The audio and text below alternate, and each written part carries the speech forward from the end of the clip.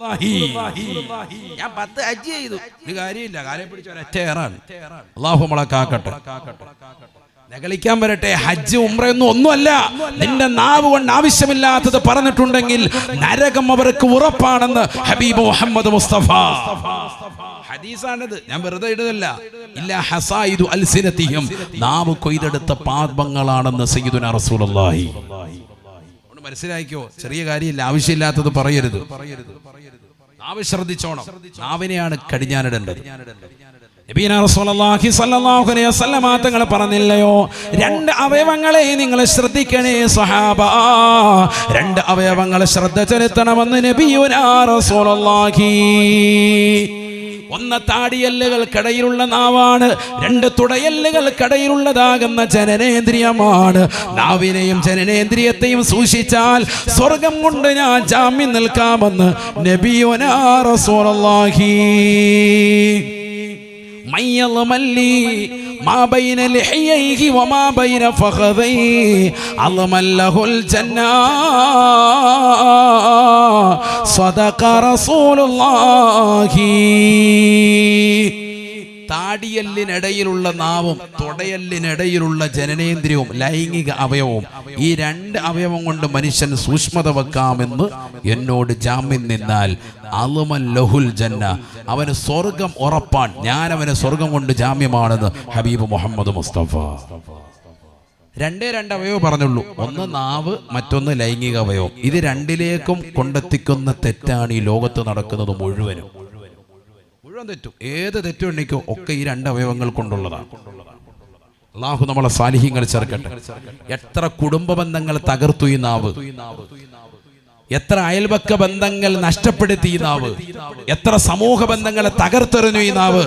എത്ര ഉസ്താദുമാരോട്, എത്ര ഉലമാക്കളോട്, എത്ര ഉമറാക്കളോട്, എത്ര നാട്ടുകാരോട്, എത്ര കൂട്ടുകാരോട്, എത്ര സ്വന്തം ഭാര്യയോട്, സ്വന്തം മക്കളോട് പിണക്കം വരുത്തി വെച്ചു ഈ നാവ്. ചിന്തിക്കണം. നബി തങ്ങൾ പറഞ്ഞു, ഈ നാവ് നീ കരുതലോടുകൂടി ശ്രദ്ധിച്ച് മുന്നേറിയാൽ സ്വർഗമുറപ്പാൻ. ഹബീബ് മുഹമ്മദ് മുസ്തഫ. നാവ് ശ്രദ്ധിച്ചാൽ മതി. അതുകൊണ്ടാണല്ലോ എന്നെ ഒന്ന് ഉപദേശിക്കുന്നു പറഞ്ഞപ്പോൾ നബി എന്താ പറഞ്ഞത്? ആഖദം ബിലിസാനിഹി ബിയദിൽ ഐസർ. ഹദീസിൽ കാണാം, ഇടത് കൈ കൊണ്ട് ഇങ്ങനെ നാവ് പിടിച്ചിട്ട് പറഞ്ഞു, ഇത് ശ്രദ്ധിച്ചാൽ മതി സയ്യിദുനാ റസൂലുള്ളാഹി. ഞാൻ ഈ പറയുന്നത് ശ്രദ്ധിക്കുന്നുണ്ടോ നിങ്ങളെല്ലാവരും? ഉണ്ടോ? ശ്രദ്ധിക്കുന്ന ആളുകൾ എത്ര പേര്? ഒന്ന് കൈ ഉയർത്തിക്കാൻ നോക്കട്ടെ. ഇത്രയും പേര് ശ്രദ്ധിക്കുന്നുണ്ട്. അപ്പൊ കറക്റ്റ് സമയമാണ്. ബക്കറ്റ് എടുത്തോണ്ടോ, ശ്രദ്ധയോടുകൂടി സദഖ കൊടുക്കട്ടെ. അപ്പൊ നാവ് ശ്രദ്ധിക്കണം. അത് ജീവിതത്തിൽ ഏറ്റവും ഉന്നതമായ സ്ഥാനത്തിലേക്ക് എത്താൻ കാരണമായി തീരും.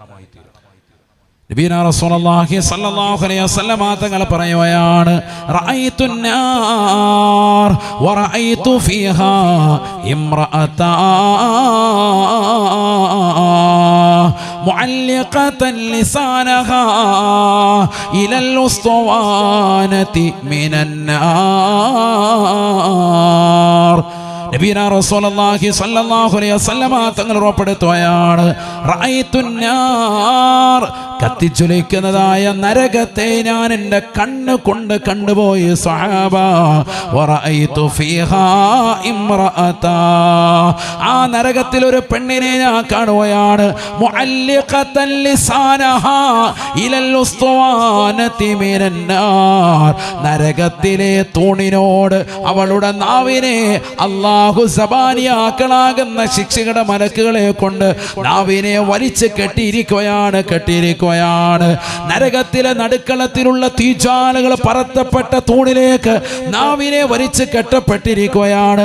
ഫഖുൽതു ലിജിബ്രീൽ, ഞാൻ ജിബ്രീൽ അലൈഹിസ്സലാമിനോട് ചോദിച്ചു പോയി. അല്ലാഹുവിന്റെ റസൂൽ പറയുകയാണ്, മൻ ഹാദിഹി യാ ജിബ്രീൽ, ആരാണ് ജിബ്രീലേ ഈ പെണ്ണ്? നരകത്തിന്റെ നടുക്കളത്തിലുള്ള തൂണിനോട് നാവിനെ വലിച്ചു കെട്ടപ്പെട്ടതായി പെണ്ണ് ഏതാണെന്ന് ചോദിക്കുമ്പോ ഫഖാല ലി ജിബ്രീൽ, ജിബ്രീൽ അലൈഹിസ്സലാം എന്നോട് മറുപടി നൽകി, ഹാദിഹി ബദിയത്തുൽ ലിസാൻ ഐ തവീലത്തുൽ ലിസാനി യാ റസൂലല്ലാഹ്. അല്ലാഹുവിന്റെ റസൂലേ, നാവിന് നീളമുള്ള പെണ്ണാണ്. ദുനിയാവിൽ വെച്ച് വന്ന് ഫനായും ഫസാദും പറഞ്ഞു നടന്നവളാണ്. നാട്ടുകാരോട്, കൂട്ടുകാരികളോട്, അയൽവാസികളോട്, ബന്ധുക്കളോട് തന്നെ തന്റെ പ്രിയപ്പെട്ട ഭർത്താവിനെ കുറിച്ചും അവരുടെ കുടുംബത്തെ കുറിച്ചും ഇല്ലായ്മയെ കുറിച്ചുമൊക്കെ വിളംബരം ചെയ്തതായ പെണ്ണാണ്. ഹാദിഹി ബദിയത്തുൽ ലിസാൻ ഐ തവീലത്തുൽ ലിസാനി യാ റസൂലല്ലാഹ്. നരകത്തിലെ നടുവിലെ തൂണിനോട് തീ കൊണ്ട് പടർത്തപ്പെട്ട തൂണിലേക്ക് നാവ് വലിച്ചു കെട്ടിയിരിക്കുന്നു. ഹദീസാണ് സയ്യിദുനാ റസൂലുള്ളാഹി. കേൾക്കുമ്പോൾ നമ്മളവർക്ക് ഈ നാവൊക്കെ എങ്ങനെ വലിച്ചു കെട്ടി, ഇതൊക്കെ വെറുതെ പറയുകയാണെന്ന്. നബി സല്ലല്ലാഹു അലൈഹി വസല്ലം തങ്ങളുടെ അധ്യാപനമാണ്. ഇസ്രാ മിഅ്റാജിൽ കണ്ടത് പ്രവാചകൻ സ്വഹാബത്തിനോട് പറയാൻ സല്ലല്ലാഹു അലൈഹി വസല്ലം. നരകത്തിൽ ഏറ്റവും കൂടുതൽ സ്ത്രീകളാണ് ഹബീബ് മുഹമ്മദ് മുസ്തഫ. അതിലൊരു പെണ്ണിന്റെ നാവ് നരകത്തിലെ തീജ്വാലകൾ പടർത്തപ്പെട്ട തൂണിലേക്ക് വലിച്ച് കെട്ടപ്പെട്ടതായി ഞാൻ കണ്ടപ്പോ ജിബ്രീൽ അലൈഹിസ്സലാമിനോട് ആരാണ് ഈ പെണ്ണ് എന്ന് ചോദിച്ചപ്പോൾ എനിക്ക് കിട്ടിയ മറുപടി ഹാദിഹി ബദിയത്തുൽ ലിസാനി ഐ തവീലത്തുൽ ലിസാനി യാ റസൂലല്ലാഹ്. നാവിന് നീളമുള്ള പെണ്ണാണെന്ന് മഹാനായ സയ്യിദുനാ ജിബ്രീൽ അലൈഹിസ്സലാം. വീട്ടിൽ ചെന്നിട്ട് സ്കെയിലെടുത്ത് അളക്കണ്ട പെണ്ണുങ്ങൾ, ശ്രദ്ധിച്ചോ. നാവിന് നീളമുണ്ടോ, നമ്മുടെ നാക്കിന് നീളമുണ്ടോ നോക്കണ്ട. ഇതെന്താ പറഞ്ഞത്? ഫനായും ഫസാദും പറഞ്ഞു നടക്കാന്നർത്ഥം. 50 കൊല്ലമായിട്ട് ഭർത്താവ് ഒന്നിച്ച് ജീവിക്കാൻ, 49 കൊല്ലവും സുഭിക്ഷിതയാണ്.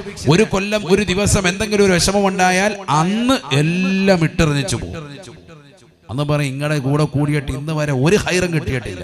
നിങ്ങൾ എന്ത് മണ്ണാങ്കട്ടയാന്ന്, നിങ്ങൾ അങ്ങോട്ട് എന്ത് കിട്ടിയിട്ട് തീർന്നു അച്ചപ്പാടും വേണം. 10-20 കൊല്ലമായിട്ട് നല്ല റാഹത്തുള്ള ജീവിതമാണ്. എല്ലായിടത്തും പോകും. അല്ല, വെള്ളക്കുഴി പോയി നിൽക്കുന്നത് കണ്ട് അവിടെ കണ്ടില്ല, അവിടെ കൊല്ലത്തൊരു വെള്ളക്കുഴിയുണ്ട്. അവിടെ പോയിരുന്നിട്ട് സെൽഫി, ചാകാറായി കിടക്കുന്ന തീമൊക്കെ അങ്ങോട്ട് പോവുക. അള്ളാഹു നമ്മളൊക്കാക്കട്ടെ. ഈ അടുത്തൊരു വണ്ടിക്കോട് ഞാൻ ചോദിച്ചാൽ എവിടെ പോവാ, ഞങ്ങൾ ഫാമിലി തന്നെ വെള്ളത്തിൽ ഇറങ്ങാൻ പോവുക. എന്തുവാട്ടെ, അള്ളാഹു ബർക്കത്ത് ശരിയാട്ടെ. തൊട വരെ വെള്ളത്തിൽ നിന്നിട്ട് റാഹത്തായിട്ട് ഒരു ചായയും കുടിച്ച് ജ്യൂസും കുടിച്ചിട്ട് തിരിച്ചു വരിക. കുടുംബജീവിതം ബർക്കത്ത്. മനസ്സിലായില്ലേ? സ്ഥലം മനസ്സിലായില്ലേ? പേര് പറഞ്ഞിട്ട് അങ്ങോട്ട് 10 ആളെ കൂടെ ഇറക്കണ്ട എന്ന് പറയാൻ പേടിയാണ്. നാളെ തന്നെ പോകും. അള്ളാഹു നമ്മളെ കാത്ത് സംരക്ഷിക്കട്ടെ. നമ്മൾ അടിച്ചു പൊളിക്കുകയാണല്ലേ റാഹത്താകുക. എല്ലാ ദിവസവും അടിച്ചു പൊളിക്കണം. അങ്ങനെ ആയിപ്പോയിന്നത്. അങ്ങനെ വേണ്ട, അങ്ങനെ ഒരു ജീവിതവും ഇല്ല. എന്നാൽ മാസത്തിലൊന്നെങ്കിലും ഒരു ഔട്ടിങ്ങിന് പോകണം. നമ്മൾ ചില കാര്യങ്ങൾ പാശ്ചാത്യരെ കണ്ടുപഠിക്കണം. 3 കാര്യങ്ങൾ അവരിൽ നിന്ന് പാഠം പഠിക്കാനുണ്ട്. പാശ്ചാത്യരായ ആളുകൾ സായിപ്പ് മദാമിൽ നിന്ന് എന്തെങ്കിലും പഠിക്കാനുണ്ടോ ഉസ്താദെ? ഉണ്ട്. 3 കാര്യങ്ങൾ അവരിൽ നിന്ന് പഠിക്കാനുണ്ട്. ഏതാ? 1, അവർ നല്ല യാത്ര പോകും. വർഷത്തിലിടയ്ക്ക് നല്ല യാത്ര പോകും. നമ്മൾ പൈസ ഇങ്ങനെ അട്ടിക്കടിച്ച് തലണക്കടി വെച്ചിട്ട് അല്ലാത്ത പോകാത്ത അവസാനം ചത്ത് ഹലാക്കായി. ഒരു മനുഷ്യനും ഒരു ഗുണവും ഇല്ല, ഇങ്ങോട്ടും യാത്രയില്ല. ഒരു ഹജ്ജിനും പോകൂല, ഉംറയ്ക്കും പോകൂല, ഒന്നുമില്ല. പൈസ ഇങ്ങനെ അട്ടിക്ക് വെച്ചിരിക്കുക. അന്ന് ആർക്കെങ്കിലും സക്കാത്ത് കൊടുക്കുമോ? അതുമില്ല. എല്ലാം കറക്റ്റ്. എല്ലാം ഇങ്ങനെ പൈസ ഇങ്ങനെ അട്ടിക്കിട്ട് വെച്ചിരിക്കുക.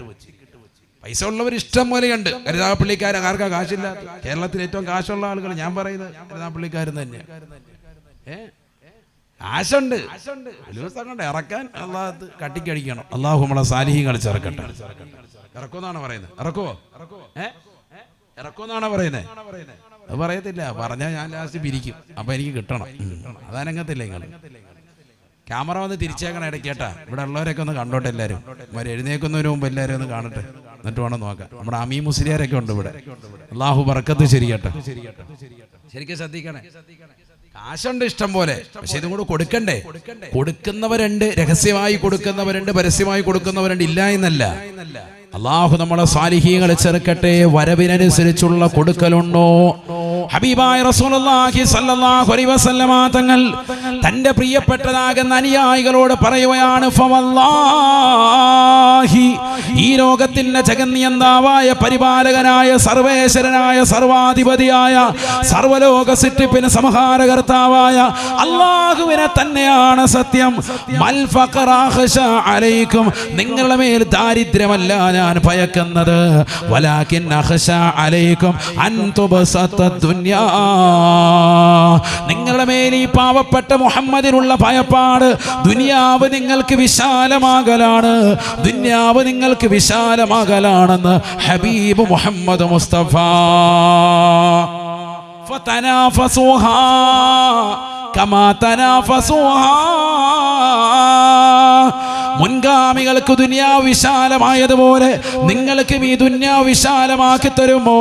മുൻഗാമികൾ ദുനിയാവിന് വേണ്ടി മത്സരിച്ചതുപോലെ നിങ്ങളും ദുനിയാവ് കിട്ടാൻ മത്സരിക്കും കേട്ടോ. അതാണ് എൻ്റെ മേലുള്ള ഭയപ്പാട്. ദുനിയാവിന്റെ പിറകെ ഓടി ഓടി ഓടി അവസാനം നിങ്ങൾക്ക് ആഖിറം നഷ്ടപ്പെട്ടു പോകുമേ. അതാണ് ഞാൻ നിങ്ങളിൽ കാണുന്ന ഏറ്റവും വലിയ ഭയപ്പാട് എന്ന് ഹബീബ് മുഹമ്മദ് മുസ്തഫ. മുൻഗാമികളായ ആളുകൾക്ക് ദുനിയാവ് വിശാലമാക്കി കൊടുത്തതുപോലെ നിങ്ങൾക്ക് ദുനിയാവ് വിശാലമായി കിട്ടുന്നതിനെയാണ് ഞാൻ ഭയക്കുന്നത്. ഹബീബായ റസൂലുള്ളാഹി. എന്തിനെ ഞാൻ ഭയക്കുന്നില്ല? നബി തങ്ങൾ പറയാൻ 1400 കൊല്ലം മുമ്പ് മൽ ഫഖറ അഖ്ശ അലൈക്കും, നിങ്ങളുടെ മേൽ ദാരിദ്ര്യം ഞാൻ ഭയക്കുന്നില്ല. ആർക്കവിടെ ദാരിദ്ര്യം ഉള്ളത്? ചിലർ പറയും ദാരിദ്ര്യം. ഒരു ദാരിദ്ര്യം ഇല്ല. ഇപ്പൊ ഈ ഇരിക്കുന്നതായ ആളുകൾ തന്നെ ഇന്ന് ഈ സദസ്സ് വിട്ടിട്ട് വീട്ടിൽ പോയി കോഴിയെ പിടിച്ച് റാഹത്തായി അറുത്ത് കഴിക്കാൻ പറ്റാത്ത കഴിവുള്ള ആരെങ്കിലും ഉണ്ടോ? മിക്ക ആളുകൾക്കും കഴിവുള്ളവരാ. വേണം ആട് തന്നെ വേണം കുഴിമന്തി വെക്കൂ. അതിനുള്ള സാമ്പത്തിക ശേഷി അള്ളാഹു തന്നിട്ടുണ്ട്. വേണോന്ന് വെച്ചാൽ ചെയ്യൂലേ? ചെയ്യും. അതിനുള്ള അവസരം അള്ളാഹു നൽകി. എന്നാൽ ഒരു 40 കൊല്ലം മുമ്പ് തേവലക്കരയുടെ അവസ്ഥ എന്താ? ഒരു 10-30 കൊല്ലം മുമ്പ് വീടുണ്ടോ, വാഹനമുണ്ടോ, സൗകര്യമുണ്ടോ, ജീവിതമുണ്ടോ? പച്ചയായ ജീവിതം എവിടെയായിരുന്നു? ദാരിദ്ര്യത്തിന്റെ പ്രഥമ കാഷ്ടയിൽ ജീവിച്ചിരുന്ന ഒരു തലമുറയല്ലായിരുന്നോ? ഇന്ന് ഏക്കർ കണക്കിന് ഭൂസ്വത്തുകളും ഇന്ന് ഇട്ടുമൂടത്തക്ക നിലയിലുള്ള പണവും സാമ്രാജ്യവും അല്ലാഹു സുബ്ഹാനഹു വ തആല അധീനപ്പെടുത്തി തന്നപ്പോ അല്ലാഹുവിനെ മറന്നുകൊണ്ട് ജീവിക്കുന്ന തലമുറയായി, ആർഭാടം കാണിക്കുന്ന ആഭാസത്തിന്റെ വക്താക്കളായി ഈ തലമുറയിലെ മക്കൾ മാറിയില്ലേ? അല്ലാഹ് എന്ന് വിളിക്കാനും അല്ലാഹുവിനെ കുറിച്ച് ഓർക്കാനും അല്ലാഹുവിനെ കുറിച്ച് സ്മരിക്കാനും അല്ലാഹുവിനെ കുറിച്ച് മക്കളെ പഠിപ്പിക്കാനും തയ്യാറാകാത്ത മക്കളായി മാറി. അതാ അല്ലാഹു പറഞ്ഞത്, മുഅ്മിൻ എന്ന് പറയാനുള്ള അവകാശം നമുക്കില്ല. മുഅ്മിനിന് 5 വിശേഷണം ഉണ്ടാകണം. ഇന്നമൽ മുഅ്മിനൂന അല്ലദീന ഇദാ ദുക്കിറല്ലാഹ് വജിലത് ഖുലൂബുഹും. അല്ലാഹ് എന്ന് പറയപ്പെടുമ്പോൾ തന്നെ ഹൃദയം നടുങ്ങണം. നമ്മളിൽ എത്ര പേർക്ക് ആ നടുക്കമുണ്ടെന്നാണ് എൻ്റെ ചോദ്യം. നമ്മുടെ മരണത്തെക്കുറിച്ച് വല്ല ചിന്തയുണ്ടോ? മഹാനായ ഉമർ ഇബ്നുൽ ഖത്താബ് റളിയല്ലാഹു അൻഹു മദീനയിൽ വസിക്കുന്നതായ കാലഘട്ടത്തിൽ ഖലീഫയായി നിലകൊള്ളുന്ന സമയമാണ്. ഒരാളെ പണം കൊടുത്തുകൊണ്ട് അദ്ദേഹത്തെ ഏൽപ്പിക്കുകയാണ്. എല്ലാ ദിവസവും നീ എൻ്റെ അടുക്കൽ വന്നുകൊണ്ട് പറയണേ, ഉമറേ നീ മരിക്കേണ്ടവനാണെന്ന് എന്നോട് ഉപദേശം നൽകണേ. ഉമറേ നീ മരിക്കേണ്ടവനാണ്, ഉമറേ നീ മരിക്കേണ്ടവനാണ്. ഇത് വന്നിട്ട് പറഞ്ഞിട്ട് പോകണം. അതിന് കാശ് കൊടുക്കുക ഒരാൾക്ക്. ആ പണി ഉസ്താദ് ഞങ്ങൾക്ക് ഏൽപ്പിക്കുകയാണെങ്കിൽ ഞങ്ങൾ വേണേ വന്ന് പറയാം. ഇത് പറയാൻ വേണ്ടി ഒരാളെ ഏൽപ്പിക്കുകയാണ്. വാല് എല്ലാ ദിവസം വന്നിട്ട് എന്നെ ഉണർത്തണം. ഇതിനാ പരിപാടി. അപ്പൊ കാണുമ്പോ ഇയാൾ വന്നിട്ട് പറയുന്നേ, ഉമറേ നീ മരിക്കേണ്ടവനാണ്. ആയത്തോ ഹദീസ് ഓതിയിട്ട് പേടിപ്പിച്ചിട്ടു. ഇങ്ങനെ ഡെയിലി പറഞ്ഞുകൊണ്ടിരുന്നു. ഉമർ ഇബ്നുൽ ഖത്താബ് റളിയല്ലാഹു അൻഹു ഒരിക്കൽ അദ്ദേഹം വന്നുകൊണ്ട് പരിശുദ്ധമാക്കപ്പെട്ട ഖുർആൻ ഓതിക്കൊണ്ട് ഉപദേശം നൽകാൻ നിൽക്കുമ്പോൾ അദ്ദേഹത്തിന് ശമ്പളം കൊടുത്തിട്ട് പറയുന്നു, ഇനി നീ ജീവിതത്തിൽ എനിക്ക് മരണത്തെക്കുറിച്ച് മുന്നറിയിപ്പ് നൽകണ്ട, എന്നെക്കുറിച്ച് നീ കൃത്യമായിട്ട് ഇനി പഠിപ്പിക്കണ്ട, മരണത്തെക്കുറിച്ചുള്ളതാകുന്ന വാക്ക് എന്നോട് ഇനി പറയേണ്ട കാര്യമില്ല. സയ്യിദുനാ ഉമർ ഇബ്നുൽ ഖത്താബ് റളിയല്ലാഹു അൻഹു. അപ്പൊ ഇയാള് പറഞ്ഞ എന്താ, നമ്മൾ വേണേൽ 2 ആയത്ത് ഓതി തരാം, അല്ല ശരിക്കും പേടിപ്പിച്ചു നല്ല റാഹത്താക്കി തരാം. അതൊന്നും വേണ്ട. കാരണം എന്താ? ഇനി നീ പറയണ്ട, എന്റെ താടി രോമത്തിൽ നിന്ന് 2 എണ്ണം നരച്ചിട്ടുണ്ട് സയ്യിദുനാ ഉമർ ഇബ്നുൽ ഖത്താബ് റളിയല്ലാഹു അൻഹു. ആ നര എനിക്ക് മരണത്തേക്കുള്ള മുന്നറിയിപ്പാണെന്ന് ഉമർ ഇബ്നുൽ ഖത്താബ് റളിയല്ലാഹു അൻഹു. അത് ഞങ്ങൾക്ക് അറിയാം ഉസ്താദ്. അതുകൊണ്ടാണ് നമ്മളിപ്പോ ഡൈ ചെയ്ത് നടക്കുന്നത്. നര വേണ്ട, ഹലാക്ക്. നര എല്ലാം കറുപ്പിക്കുക. എങ്ങനെ ഒളൂ ശരിയാവും? അതാ ഞാൻ പറയുന്നത്, നമ്മൾ മുഅ്മിൻ എന്ന പേര് മാത്രമേ ഉള്ളൂ.